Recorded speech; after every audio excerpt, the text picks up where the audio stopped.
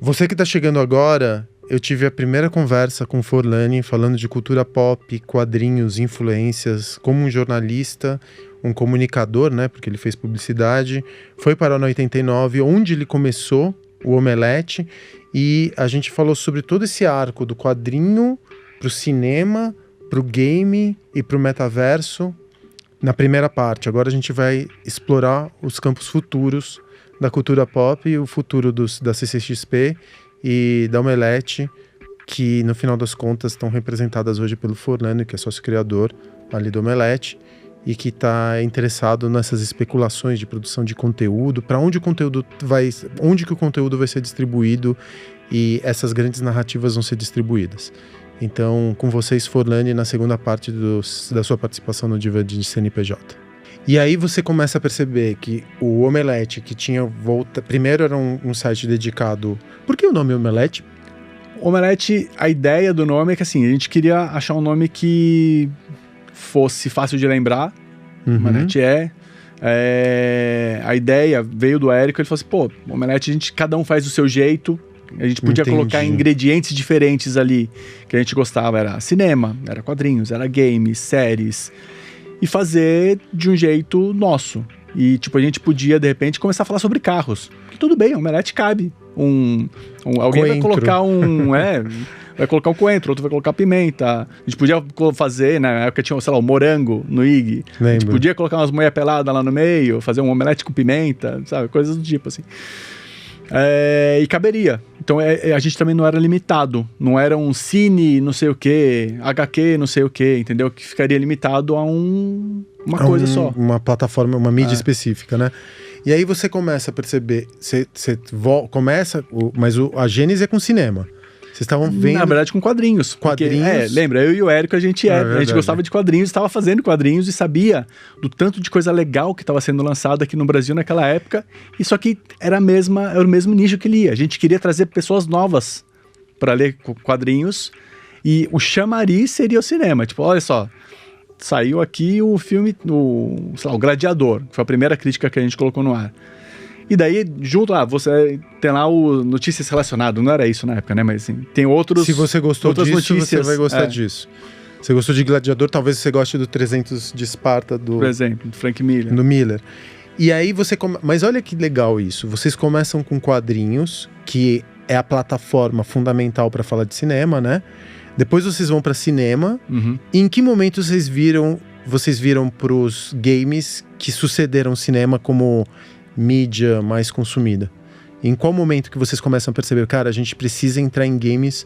Porque hoje em dia o Omelete também... a gente tem uma plataforma separada de games. Porque virou tão grande que vocês tiveram que descolar.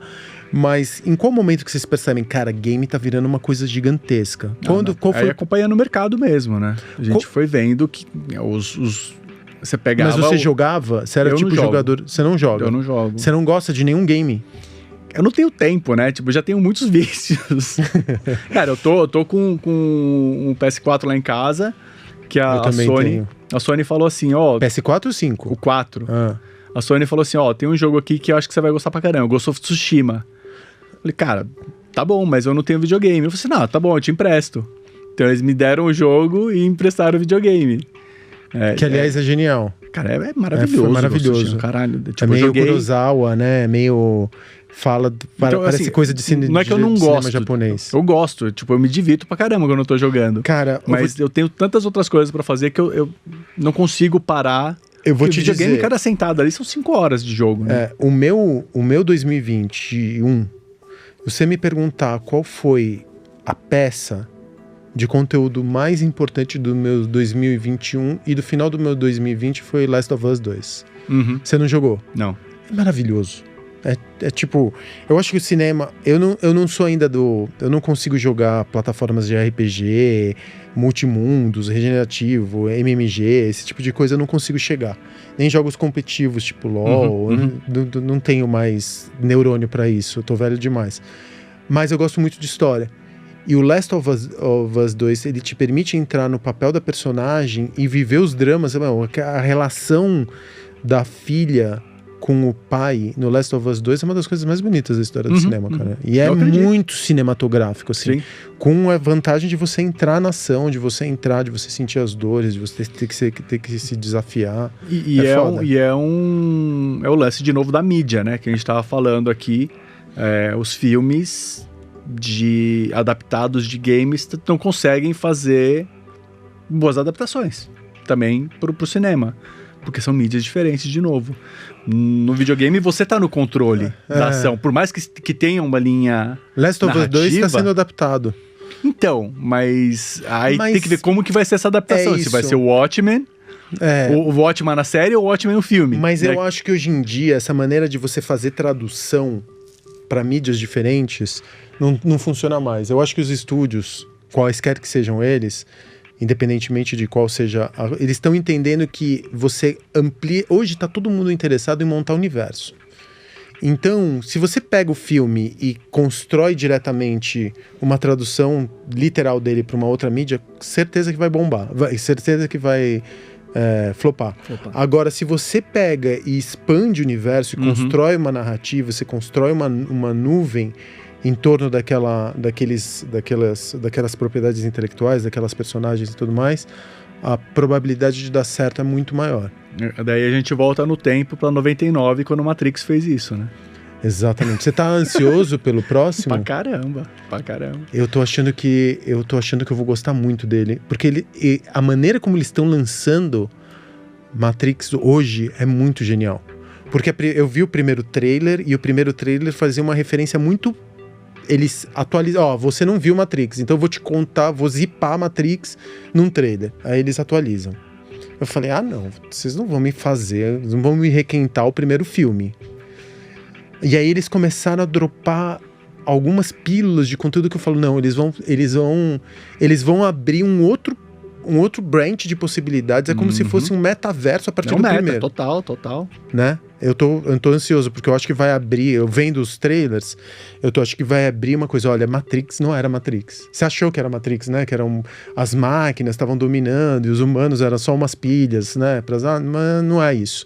Que a Matrix era um construto, meio metaverso, como a gente fala hoje. E é engraçado que a Matrix, ele conseguiu ver, tem uma cena do Neo olhando à sua volta, assim, todo mundo no celular, do elevador. E ele olha e todo mundo tá no celular, assim. Aquela cena é maravilhosa. Porque o celular era super importante no primeiro filme, né? E era flip phone ali, era aquele Nokia que escorregava. Que era o celular que te conectava com a internet. Era o celular que te fazia entrar na Matrix, ou sair dela. Então, e isso ele acertou muito, mas ao mesmo tempo ele estava profundamente errado e profundamente certo, né? Porque tudo aquilo que a gente imaginava que eram estados alterados, eram duas instâncias, que a gente ainda na década de 90, a gente ainda tinha mania de falar on e offline, né? Real e virtual. Eram dois estados que não eram contaminados.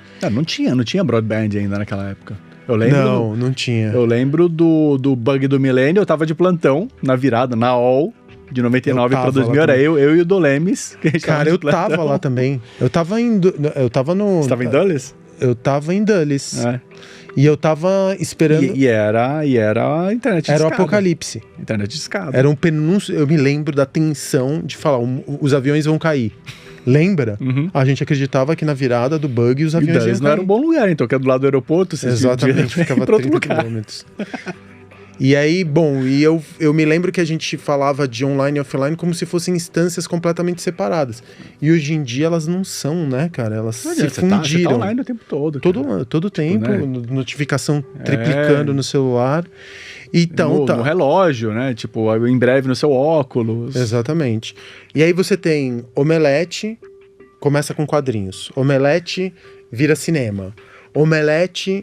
games, e quando que você entende que, porra, cara, eu mirei numa coisa, eu mirei num hobby e acertei numa das maiores companhias de mídia, que é o que vocês conseguiram montar com CCXP e tudo mais.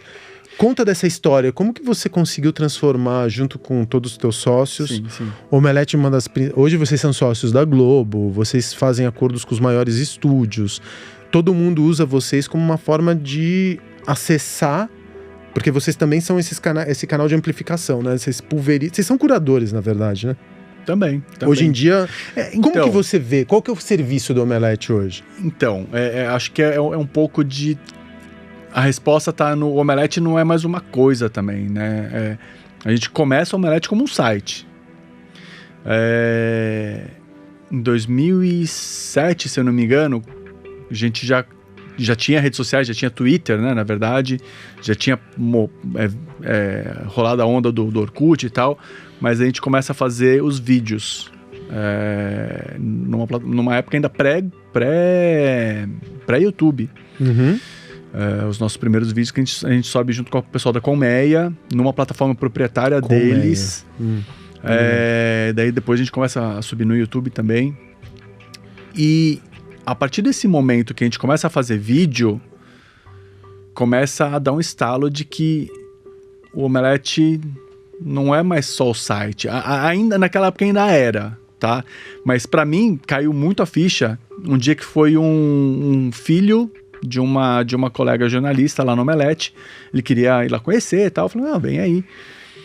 E daí o moleque vira pra mim e fala assim, nossa, eu assisto o Omelete todo dia. Eu falei, caralho, mano, a gente tá aqui escrevendo há 10, 15 anos já, e ele fala que ele assiste o Omelete todo dia. Então, ali foi quando caiu a ficha pra mim. Falei assim, o Omelete, então, não é mais o site. Ele tá consumindo o Omelete só no YouTube. Assim como tem um monte de gente que consome o Omelete basicamente no Twitter, basicamente no Facebook, basicamente no Instagram. E beleza, tem alguns cruzamentos. Você ainda leva algumas pessoas pro site, mas o Omelete não é mais só o site. Tipo, a gente passa a ser um lugar que as pessoas vão procurar uma informação mais confiável. Tipo, eu quero saber se o Homem-Aranha vai ter a reunião de todos os Homem-Aranhas no filme novo. Se eu vi isso daí no site X, eu vou entrar no Omelete para ver se tem isso lá. Tipo, a gente vira uma fonte de informação mais confiável. E qual que é a tua fonte de informação confiável? O que você lê? Como Forlani, onde você vai buscar informação? No próprio mercado. Né? A gente conhece gente pra caramba do mercado. Mas você tem hábitos de consumo de mídia? Se você for falar, porra, cara, eu uso o tweet desse criador, quais são suas maiores fontes de referência hoje para falar sobre cultura pop? Você pode abrir os teus fornecedores? Cara, eu olho... Newsletter, o que você usa? Newsletter, sim. Cita os nomes, me fala quais são as newsletters que você gosta de consumir. Putz, que as newsletters que eu consumo, na verdade, não tão relacionadas tanto à cultura pop. Tipo, eu vou mais atrás das coisas de política hoje em dia, pelo próprio momento político que a gente tá... Jura? Você lê mais sobre política hoje? Meio, por exemplo, entendeu? Do Pedro Doria, tipo... algumas coisas, sei lá, da Wired ainda leio bastante. Eu tô curioso para nessa nova edição deles, que eles vão falar sobre futuro. Todo final de ano eles falam sobre futuro, né? Mas, tipo, as notícias principais, quem acaba dando ainda são os grandes veículos, né? A Variety, o Hollywood Reporter. A gente tem uma parceria muito boa há muito tempo já com o Collider, que era um blog. A gente conheceu, o Érico, né, no caso, conheceu o Steve num site visit do Agente 86 e cresceu ali uma oportunidade de... A gente como Brasil, né, não podia viajar para lá o tempo todo. Eu recebi um monte de convite que o estúdio não podia pagar a passagem para ir para lá. E ele estava lá em Los Angeles. Falei assim, vamos fazer um bem bolado. A gente mandava alguns convites para ele cobria... E ele publicava em inglês e a gente publicava em português. Massa. Então funcionou para os dois crescerem naquela época. Ele cresceu pra caramba e hoje ele tem tipo, um monte de fontes lá. Hoje o Collider é Gawker, não? Ele tá dentro de algum outro grupo de mídia, né? Passou um tempo embaixo da Complex Media, mas voltou pra mão deles lá. Eles se recompraram. Entendi. E aí... você começa a perceber... E agora, o que você... Então, o Omelete, que antes era um site, hoje ele está distribuído e pulverizado por todos os lugares. Aonde você quiser ele tá. Você encontra ele em qualquer plataforma de mídia. Ele é agnóstico no sentido da plataforma e vocês vão adaptando o conteúdo segundo a linguagem da plataforma de onde você se sente mais confortável, né? Hoje a minha plataforma mais confortável é o Instagram, imagino que a sua também seja, e assim sucessivamente. E para onde que você acha que vocês vão, cara? É CCXP virou um lugar onde por 2 ou 3 dias... a minha primeira experiência de CCXP foi quando a gente se conheceu. Que você gentilmente me convidou. Você e o Pierre me convidaram para ir lá. Foi 19, foi a última, Foi 19, né? Não, foi 18. Foi 18 ainda? É. E eu me lembro, cara, que era muito utopia. Sabe qual que foi a impressão que eu tive? Que todas aquelas pessoas... você vê muitas pessoas com dificuldade de locomoção, né? Muita gente PCD, muita gente... Enfim, muita gente gorda, muita gente com... não é um lugar normativo. Pelo menos essa foi a impressão que eu tive, tá? Não era um lugar onde você celebrava o homem branco, hétero, cis. Era um lugar onde você... Porque tem muito... quando você vai para o universo da fantasia, muitas vezes também escapa de uma realidade que é opressora, né? Se você é nerd, se você é gay, se você é gordo, se você é preto, se você tem dificuldade de locomoção, você tende a escapar. É uma fuga. E eu me lembro que eu fiquei tão emocionado, velho, que eu tava com a minha filha naquele momento e a gente andando assim pela CCXP e parecia que era, sabe, One of Us? Que mas a gente, era aquela coisa da confraria dos rejeitados. Freaks. Os Freaks no melhor dos sentidos, sim, né? Mas era... Porque vem do One of Us, sim, vem do filme Freaks. Mas era a confraria daqueles que, segundo os olhos da sociedade, eram os perdedores, mas que todo mundo que teve nesse lugar sabe que da força interior que você precisa ter para não seguir a norma. E que os superpoderes estavam dentro daquelas pessoas mesmo, e que elas usavam dentro da CCXP como um grande baile à fantasia para que aqueles superpoderes eles se canalizassem nas personagens. Se libertar ali. Cara, eu juro pra você, eu nunca tive num lugar onde eu tive tantas epifanias. Sim, as pessoas poderem ser o que elas queriam ser. E eu, sei lá, eu nunca tinha ido porque sempre muito concorrido, maior CCXP do mundo, E foi tão bonito eu levar minha filha pra entender que ser diferente é legal. E eu falo isso fico até com um nó na garganta, porque eu me lembro que eu entrava assim e eu via as gays no cosplay, eu via as pessoas que eram gordas sendo felizes desse jeito, porque ali naquele momento, naquela celebração, era uma missa o bagulho. E a CCXP tem essa coisa de ritualística, né? De ser uma meca, de ser uma missa, de ser alguma coisa catártica, das pessoas gritarem, das pessoas... aquela porra vibra, tanto pela quantidade de humanos que reúne, quanto pela antecipação. Vibração mesmo, cara. É good vibes, o lugar é muito gostoso, assim. Cara, pra gente que faz, lógico, você sabe também como que é fazer evento, cara. É puxado, a gente trabalha o ano inteiro pra fazer 4, 5 dias ali. Eu acompanhei, vocês ficavam completamente exauridos. Todos. E assim, a gente nunca fez evento, né? Tipo, a gente foi fazer a gente fez a primeira porque a gente não sabia o trabalho que dava. E o negócio cresceu pra caramba. 2014, nosso primeiro ano, é lógico que a gente não fez aquilo lá em 6 meses. A gente trabalhou desde 2013. A gente fechou o contrato... o acordo interno, né, nosso, de vamos fazer a primeira CCXP, eu acho que foi em maio de 2013 para fazer a primeira CCXP em dezembro de 2014. E o evento cresceu em todos os sentidos daquela primeira reunião. Tipo, a gente inicialmente, voltando no tempo, né, em 2007, 2008, a primeira vez que a gente foi para San Diego, o Érico e eu, a gente fala, cara, isso daqui é maravilhoso, a gente precisa ter isso aqui no Brasil. Dá pra fazer. Tem um monte de nerd pra fazer alguma coisa parecida com essa. E a gente volta e vai batendo nas portas dos estúdios querendo fazer uma Comic Con aqui no Brasil. Vocês ouviram muito, não? Pra caramba. De todo mundo. Porque ninguém sabia o que era. Tipo, lógico, os estúdios aqui sabiam porque eles mandavam a gente...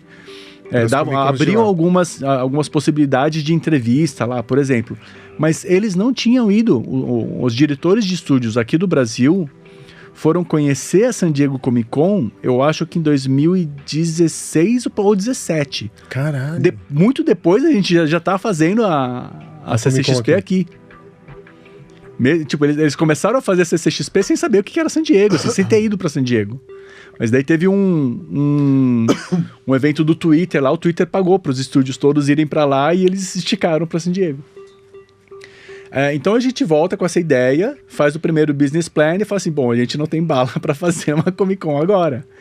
E a gente fica maturando isso daí, até que em 2013 o Omelete já maior, já com espaço ainda mais confortável junto com os estúdios, assim, de confiança.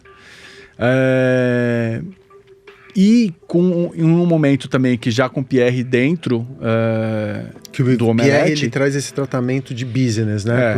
O Pierre, ele é sócio desde o D0 também no Omelete, mas ele veio, depois que ele vendeu a agência dele, ele e o Renato, né? A gente chama ele para ser o nosso comercial. A gente estava falando de venda, né? Lá, de propostas para vender o Omelete. A primeira proposta que a gente teve, a gente viu que não ia valer a pena. A gente precisava engordar o porco primeiro, antes de fazer a venda. Que era o objetivo de vocês. Não era o sonho. O objetivo inicial não é esse, cara. A gente quer fazer o nosso. Daí apareceu uma proposta e a gente falou, vamos ouvir. Conhecer pessoas novas, cara, você precisa fazer isso o tempo todo, né? Ouvir propostas, ver até quanto está valendo. Quando que você percebe que o Omelete ele muda de fase? Ele vai pro Big Boss? Quando você percebe que... A CCXP trouxe isso, cara. A primeira CCXP? Quantas pessoas foram? 98 mil pessoas. 97, na primeira? 80... E por que você acha? Foi o maior evento de estreia de um evento indoor no Brasil. Mas deixa eu te perguntar uma coisa. Quais são as condições culturais aqui no Brasil? Eu sei que essa é uma pergunta meio viajandona. Mas quais são... O que você acredita? Por que você acha que a CCXP encontrou o seu lugar no Brasil como o maior? Porque o Brasil ele tem um consumo de mídia gigantesco, tempo de internet gigantesco, maior CCXP do mundo. Ele tem números bastante astronômicos. Uhum. Por quê? Quais são as condições? Você acha que é porque é um povo que, sei lá, uma teoria, é um acesso... Você consumir quadrinhos, cinema, é ainda uma cultura barata de ser consumida. Cinema é um entretenimento relativamente barato. Descontando toda a pirataria, né? Descontando toda a pirataria. Também é um consumo, né? É verdade. Todo esse consumo também. Lógico. Porque no final das contas... é isso. Você acabou de me explicar. Uhum. Você tem uma pirataria muito grande aqui no Brasil que distribui esses IPs, assim, as pessoas... que contamina, né, o inconsciente das pessoas. E aí, quando vem uma CCXP, que é uma coisa experiencial, física, que é o mote do momento, né? A gente só fala de experiência nos dias de hoje. Todo esse consumo que veio através de pirataria, ele acaba se descarregando. Você se beneficia, né? Ele se materializa. De uma determinada forma, vocês também se beneficiaram dessa pirataria, quer vocês queiram ou não, né?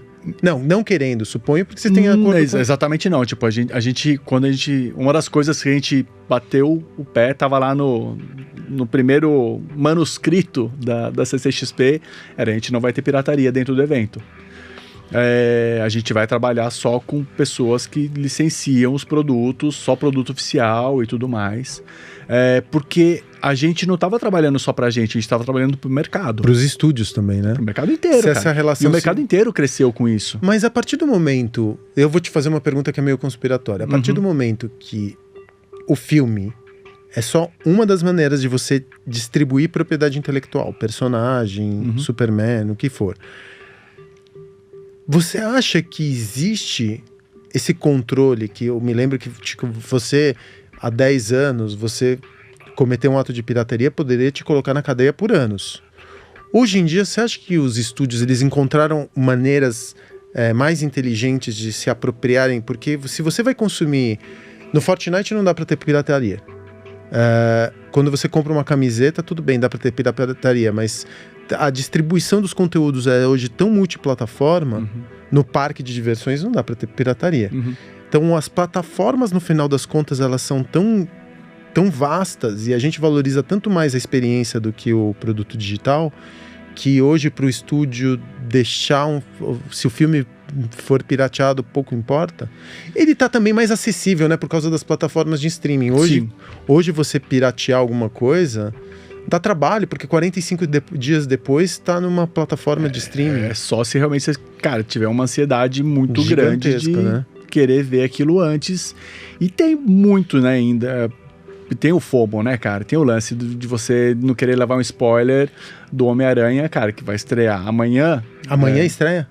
Amanhã. E hoje tem pré-estreia, as pré-estreias, cara, caiu o servidor dos vendedores de ingresso todos, cara. Tipo, crashou 2 semanas atrás. Não tem uma expectativa muito alta, né, com relação a esse Spider-Man. Vai ser o maior lançamento pós-pandemia, né? Maior bilheteria? Desde Ultimato. Desde o Vingadores Ultimato. Porque vai ser o carnaval pós a febre espanhola. Entendi. Pra muita gente, né? Vai ter um monte... Cara, e parece eu conheço um monte de gente que fala assim, ó, eu vou sair de casa pela primeira vez pra ir ao cinema pra assistir. E o filme parece que é bom também. É divertido. Parece que o filme... Você já viu? Vi ontem. É divertido? É bem divertido. Que demais. E aí, voltando, então tudo bem, a gente já tem a CCXP como essa grande plataforma que é presencial, de experiência, que distribui os conteúdos dos estúdios. Uhum. E agora a gente está indo para essa nova... A palavra do ano foi NFT e metaverso, né? A gente não aguenta mais falar de metaverso. E a gente está indo para esse lugar onde finalmente a gente tem a realidade e a ficção se fundindo e você tem uma distribuição de conteúdo independente em todos os lugares. Então, eu acho que a gente não vai ter só um metaverso, provavelmente a gente vai ter 2 ou 3, mas você vai encontrar suas personagens prediletas em qualquer um deles. Vamos supor, é uma das visões de metaverso que ou pode ser só um hype, porque eu não acredito que eu vou usar uma lente de contato que vai criar um layer de metaverso na minha frente o tempo inteiro. E cada um tem uma visão de metaverso, né, diferente. Você já entrou no Oculus Quest 2, o Meta 2? É interessante. Para quem é uma proposta que, sim, eu me lembro usando a BBS em 1990. Eu falo, tá, agora eu sei o que eles querem fazer com isso. Enfim, eu tô um pouco reticente ainda. Mas essa tua reticência é uma reticência de tiozão? Cara. Tipo, eu me sinto... Não, várias horas eu me sinto... o pai que pedia pra programar o videocassete, sabe? Pra gravar a novela ou qualquer coisa do tipo. Eu já tô com um pezinho ali, sabe? Tipo, eu vejo o Theo jogando umas coisas, jogando... O que ele joga? Roblox? Não. O que ele tá jogando agora? Roblox nem se joga, esse programa, né? Ele tá no Clash Royale de novo. É meio cíclico, né, o negócio. Cara, eu amo a maneira como nossos filhos consomem mídia. Eu amo Roblox. Roblox não é game. Roblox é rede social. Eu amo. Porque o Fortnite, tipo, eles ficaram um tempo jogando também e, tipo, era isso. Era se conversar, né, enquanto você tá jogando ali. Tipo, o jogo era meio secundário até, né? Você sabe onde eu gasto muito tempo de consumo de mídia, cara? No Twitch. Eu amo ficar vendo Twitch. Amo ver as conversas. Por mais que pareça, sei lá, um saco de jujubas dentro de um liquidificador, que você não consegue acompanhar a quantidade de coisas que está acontecendo simultaneamente, é engraçado, porque é um white noise, mas que faz sentido. E eu me lembro que quando eu era moleque, eu gostava de ver as pessoas jogando no fliperama. Então, os campeonatos... Você aprende pra caramba. Você aprende pra caralho, e não só isso, como é divertido você ver os outros jogando. Eu me lembro que eu ia pro fliperama e não tinha grana pra ficar comprando ficha, mas eu ficava uma tarde inteira vendo os outros jogarem. Eu encostava assim do lado do cara e falava, com licença, posso ver? Aí, lógico, fica aí. Eu ficava vendo os caras jogarem. Que é uma coisa do que eu tenho do Twitch hoje, de ficar olhando e falando, cara, eu não tô entendendo nada do que esse cara tá fazendo, mas parece tão divertido. Mas é uma forma de se atualizar também, né? De entender cara, que jogo é esse que essa galera tá jogando, que tem 50 mil pessoas assistindo. E hoje em dia, game e Twitch é uma plataforma importante pro Omelete também, né? Sim. Eu vejo o Pierre toda hora viajando com o Gaules, né? Porque o Gaules, ele é agenciado pelo Omelete. A gente é sócio. A Gaules é... É a Gaules? A empresa Gaules é sócia do Omelete. Eu vejo que vocês estavam... O que você imagina, pra gente já ir caminhando para a fase final dessa conversa de mais de 1h30. 2 anos sem se falar, né? Tá pouco ainda. Tá pouco ainda. Eu seguraria pelo menos mais 1 hora. E a gente vai acabar dividindo isso aqui em 2 episódios, tá? Já deixo claro. Como que a gente... O que você vê como é o futuro do Omelete? Para onde vocês estão apontando? Hoje em dia, você fala assim, cara, a gente tem que estreitar nossas relações com os produtores de games, a gente tem que começar a encontrar criadores de conteúdo para atualizar a nossa voz, porque a gente está ficando tio e no final das contas tem uma nova uma nova geração de produtores de conteúdo com o qual a gente não consegue entender. Linguagem completamente nova. Linguagem completamente diferente. Para onde não só linguagem, né? É um timing diferente. Tipo, você pega essa galera agora, cara, eles estão o tempo todo ou com o celular aqui, já fazendo conteúdo, já postando, cortando aqui no celular mesmo e subindo, ou fazendo tudo live mesmo. É um jeito... A qualidade diferente. De produção mudou, né? Diferente. Não, eu lembro... Acho que a pandemia fez isso também. Quando a gente começou a fazer, voltando, né? Quando eu tava falando de 2007, quando a gente começou a fazer vídeo no YouTube, eu tinha trabalhado numa TV antes. Então, a estética que eu imaginava que era uma estética boa para vídeo era aquela estética quadradinha na TV. Que, tipo, você não fazia o corte seco. Você colocava uma cobertura ali no meio para ninguém perceber que tinha um corte no que você estava falando. Então você colocava um pedaço do trailer, alguma outra coisa, mudava a câmera, né? Uhum. E daí chega, cara, uma molecada, sei lá, um Felipe Neto, PC Siqueira, tal, fazendo um corte seco. Então você tá falando, de repente você mudou pra cá e tipo... Tudo bem. Aquilo era normal. Tipo, a galera consumia aquilo e falava, mas não é possível, isso é muito feio. Você tá vendo que ele não falou isso? Tipo, ele tá se editando o que ele falou. Eu não entendia. Tipo, demorei um tempão. Eu era tiozão, né? Voltando aqui. E daí teve que vir uma nova geração de criadores pro Omelete pra falar assim, não, a estética é essa daqui, confia, vamos lá. E realmente eles fizeram o Omelete sair daqui e ir pra cá, de views no YouTube, entendeu? É o Thiago, é a Carol. Porque eles já consumiam muito mais YouTube do que eu. Tipo, eu consumi TV e cinema, né? Tipo, eles consumiam YouTube, eles paravam pra assistir YouTube. É a mesma coisa que você tá falando, tipo, é a galera que consome Twitch. Já é uma outra linguagem também. Tipo, você sabe quando o cara vai sair pra ir no banheiro. E beleza, isso faz parte também, né? E é muito louco, porque com a ascensão das Smart TVs, você começa a ter YouTube na tua TV, Spotify na tua TV, Twitch na tua TV. Então, essas plataformas que normalmente você consumia no teu computador, de uma maneira mais desconfortável, uma tela menor e tudo mais, hoje em dia elas competem com Netflix, Amazon Prime, sei lá, HBO. Sim. Porque... Você vai perguntar pra Netflix quem são os principais concorrentes, com certeza eles vão falar só Fortnite. HBO Max, Disney+. Tanto é que eles estão indo pra game, né? Você baixou os games? Não. Eu não baixei também, eu preciso baixar. Porque eles estão indo pra game, eles estão começando a distribuir games. E é muito louco, porque a gente começa a criar uma nostalgia. Você não tem ansiedade pelo excesso de conteúdo? Tenho, pra caramba. Na hora que chega e fala assim, você viu o fulaninho, XPTO? Eu vou olhar, o cara tem 15 milhões de seguidores. Eu falei, caramba, como assim? Onde que tava esse cara que eu nunca vi falar e o cara tem 15 milhões de seguidores? O Whindersson Nunes eu descobri assim. Quando eu vi, ele tava pra passar o Porta dos Fundos, que eu achava que era a maior coisa que tinha. Eu falei, caralho, tipo, da onde que ele surgiu essa galera, sabe? E o que me interessa não é só como ele surgiu, mas como que ele conseguiu sequestrar a narrativa a ponto de ele virar assunto. Hoje, essa semana, a gente teve a farofa da GK ou alguma coisa do gênero. Como que uma festa acaba virando por segredo? Eu fico interessado em como que um criador de conteúdo, uma criadora de conteúdo no caso, consegue sequestrar todas as conversas. E tudo gira, a maneira como os influenciadores estão virando seus próprios... Que a gente sabe que os criadores viraram plataformas de conteúdo, isso já está claro. Alguns até com views e quantidade de tempo despendido. Porque hoje o que importa é a atenção, né? Quanto de atenção você dispensa em cada uma das plataformas. A métrica da Twitch é essa, né? É quanto de atenção, né? Eu não sabia. Quanto tempo você está assistindo aquele conteúdo naquele momento. Tipo, milhões de eyeballs views share por minuto, né?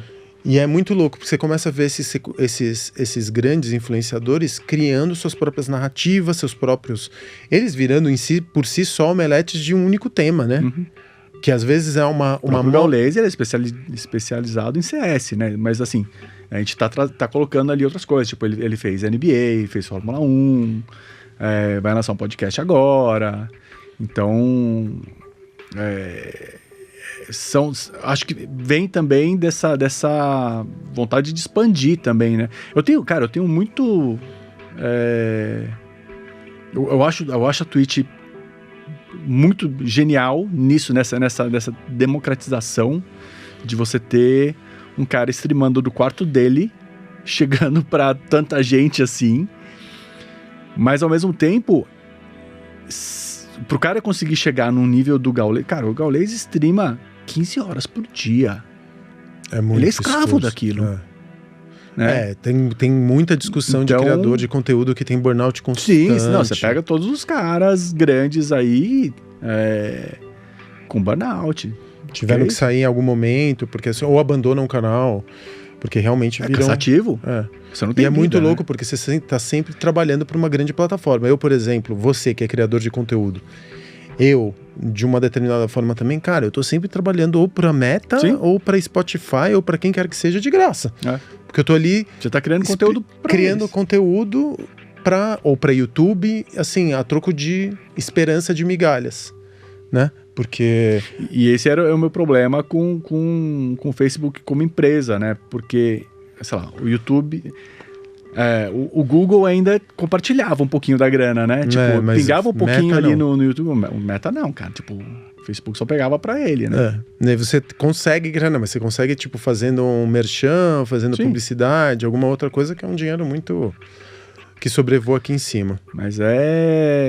Mas assim, voltando a falar, por exemplo, do Gaules, eu acho que a ideia, né, nossa com ele é justamente a gente conseguir ajudar o Gaules, por exemplo, e a tribo, né, e a galera dele ali a não ser tão escravo também, né, a poder, cara, viver coisas diferentes. Precisa disso, né, a gente não pode ser escravo disso, cara, senão a nossa própria experiência fica limitada. Né, cara, a gente precisa fazer coisas diferentes. Então, pô, do caralho que eles foram pra Nova York semana passada. Eu vi.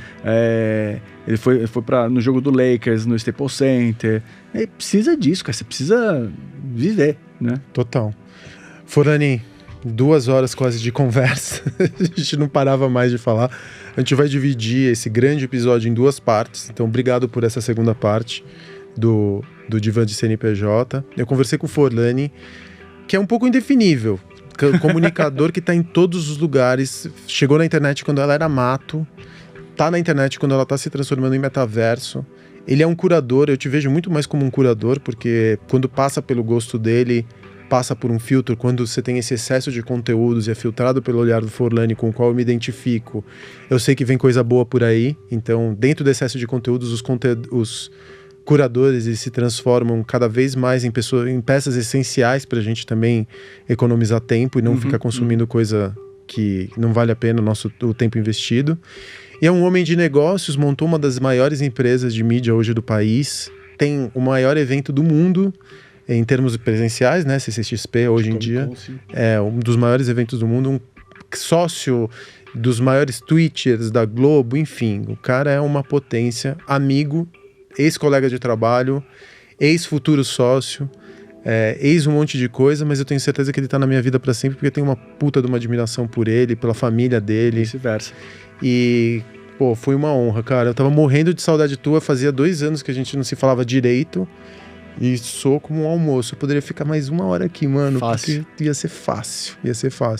Obrigado pelo convite. Não, obrigado pelo convite, pelo papo, né? Porque, enfim, não é uma entrevista, é um papo mesmo, né? A gente tava aqui conversando e a admiração, cara, é mútua. Eu também consumo muito o que você faz, o jeito como você olha pro mundo, você tá sempre super antenado. A gente tem uma vibração muito parecida mesmo, forma de criar os filhos, de entender que trabalho é importante, mas não é tudo, né? Tipo, é isso.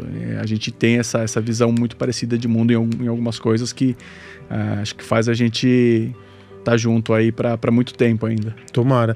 E uma das coisas mais legais de fazer o que eu faço eu acho que é uma coisa que você tem também, às vezes se conectar com pessoas que você admirava tanto a ponto de que quando você encontra elas num outro lugar da tua vida, onde você também tá mais seguro, você fala, cara, eu já fui teu fã no tempo do Omelete, eu era teu fã real. Quando você saiu da América Online, a gente ficou pouco tempo e eu vi o Omelete crescendo, eu virei teu fã, como jornalista, como produtor de conteúdo, como homem de negócios. Eu falei, caralho, Forlani chegou longe. E hoje em dia a gente pode falar de igual para igual aqui. Puta, cara, essa é uma sensação deliciosa. Obrigado mesmo, viu? Valeu. Valeu. Bom, Divã de CNPJ, eu conversei hoje com o Forlani, que é um dos sócios do Omelete, que é o produtor da CCXP, que é uma constelação de mídias diferentes que está... na verdade, é um grande provedor de conteúdo que se distribui em uma constelação de suportes midiáticos. Em todo lugar onde você quiser consumir Omelete, você vai conseguir consumir, seja presencialmente, seja no Twitter, no Instagram, no YouTube, onde quer que seja, no próprio site deles. São pessoas íntegras, que andam reto, homens de negócio, e dá para perceber que eles não seguiram o caminho dos tycoons de mídia, que normalmente quando a gente pensa naquela coisa meio Orson Welles, né, do tycoon de mídia, do Husband e tudo mais, você pensa, são pessoas que em algum momento o poder as corrompeu. E não, eu conheço todos eles no âmbito familiar, na ética de negócios, e ela se confunde muito. O Forlani, homem de negócios, e o Forlani, consumidor de quadrinhos, cinema, game, é a mesma pessoa. Então, essa coisa da fusão da pessoa física com a pessoa jurídica, que é muito comum no empreendedorismo hoje em dia, se cristaliza com perfeição no Forlani. Obrigado pela atenção, que no final das contas é sobre isso que a gente está falando aqui, e a gente se vê no próximo episódio.